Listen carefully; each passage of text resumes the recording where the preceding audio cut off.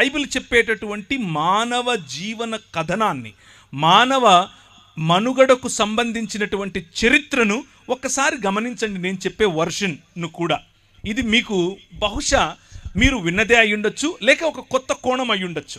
ఏది ఏమైనా మీకు ఉపయోగపడుతుందేమో. ఒక్క 5 నిమిషాలు ఇటువైపు చూడండి.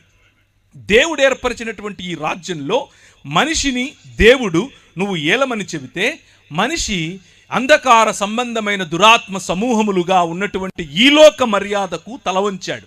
ఈ లోక మర్యాదకు తలవంచటం కారణం చేత నువ్వు కాదు రాజువు, ఐ యామ్ ద కింగ్ అన్నాడు. నేనే రాజునవుతాను అన్నాడు. ఆయన ఏకఛత్రాధిపతిగా ఉంటూ నిన్ను సామంతరాజుగా ఏలమంటే, కాదు కాదు నేను సామంతుణ్ణి కాదు, ఐ వాంట్ దట్ సీట్ అన్నాం.